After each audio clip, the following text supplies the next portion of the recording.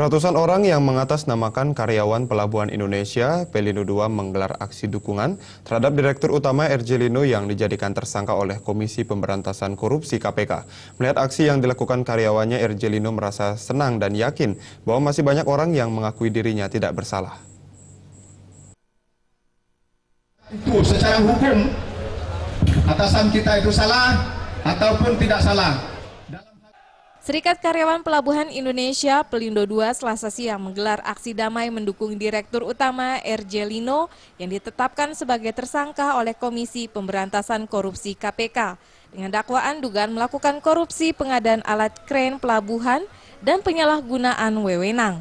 Aksi tersebut diikuti oleh ratusan karyawan di halaman kantor Pelindo II di Tanjung Priuk, Jakarta dengan memakai kaos putih yang bergambarkan Save RJ Lino. Menurut Ketua Umum Serikat Karyawan Pelindo II Noval Hayin, dilakukannya aksi damai ini pada dasarnya untuk meminta kepada manajemen perusahaan segera menyelesaikan persoalan yang melanda Pelindo II yang berlarut-larut sehingga mengganggu produktivitas karyawan bekerja.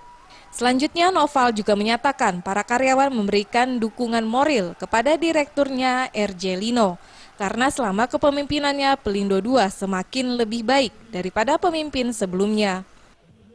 Secara umum yang kami bisa katakan adalah bahwa infrastruktur atau peralatan, dermaga dan sebagainya yang ada di Pelindo II secara umum ini menunjukkan ada peningkatan kualitas dibanding sebelum beliau di sini. Gitu.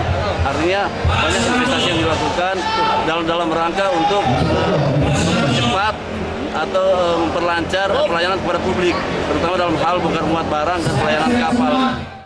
Direktur Utama Pelindo II RJ Lino yang hadir dalam aksi ini menyampaikan terima kasih atas dukungan yang diberikan kepada dirinya.